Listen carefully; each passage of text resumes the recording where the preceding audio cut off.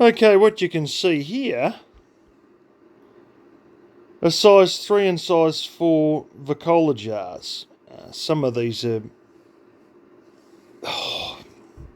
sort of 20 ounces through to 36 ounce, I think it is. There's a lot of 31s and a lot of 27s, I believe.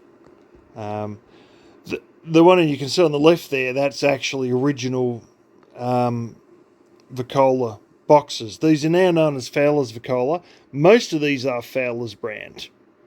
But yeah, the one on the left is the original box. They come in with cardboard dividers, and that's not all. So there's sort of this bunch here, and the box you can see on the left there becomes the box on the right here, or more or less the centre. This isn't all the jars. There was another 10 outside, but it started raining pretty hard, so I didn't get them. Where do these come from? They've always been at this house. Not in the house though, outside in a water tank. My uncle got given them in about, I'm not sure, but it's about 2005, I would assume. He died in 2010. And they've been there ever since I was cleaning the house out in 2010. And I think someone gave it to him a few years before that. There is some sort of a steriliser thing that he's got it's not rusty, but I probably should be storing it in the shed so it doesn't get any worse.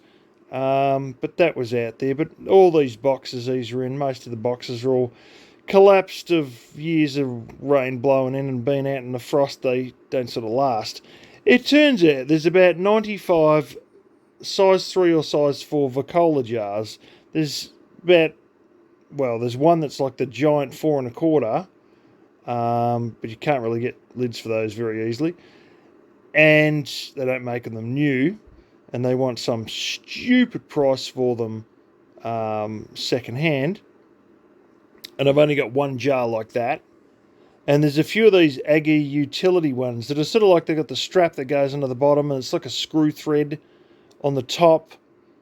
I don't know if mason jars are like that or something, but yeah.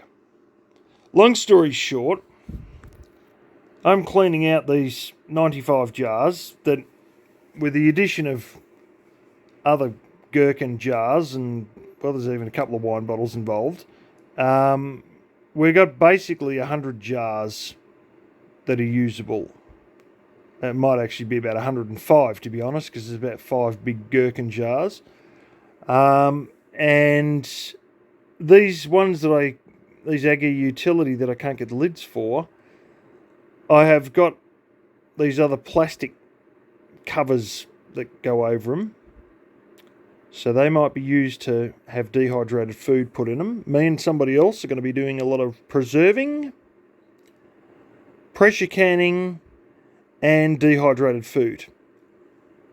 And there's going to be a lot of plums involved. Surprise, surprise. And they got more plums than I do, but hey, let's just say no shortage of plums in this state. There will be a lot of Jerusalem artichoke, and because I'm not paying for this food, it looks like I'm the sucker that's going to be digging them out. And that's what you get for free food. And there's also going to be some spring onions that are they're sort of going all strange, like they're trying to go to seed, but they haven't actually gone to seed, and they're sort of acted weird because they haven't reacted to the season too well, so they're absolutely huge. So I'm going to be dehydrating some of those. There's likely to also be rhubarb involved, maybe like 4 or 5 jars of rhubarb. We'll see. They say about 6. We'll just see how it turns out. And other odds and sods. There might be a handful of potatoes, probably not though. There's a chance there's going to be blackberries as well. But me and this other person are going to be giving you some good videos on preserving, pressure canning, and dehydrated food. Anyway, I'm busy churning away washing all these out.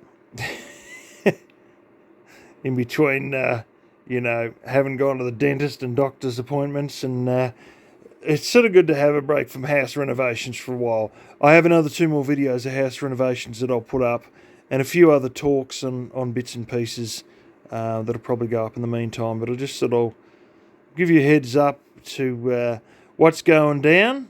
And I have just spent $413 on bloody lids for all this crap after I've done a count up of what lids I need and what seals I need, and there's bloody clips that go on them and yada yada yada. And then I went berserk and bought 10 kilos of sugar, so you're looking at basically 22 pounds of sugar, 14 litres, which is, oh hell, it's like 4 gallons of vinegar.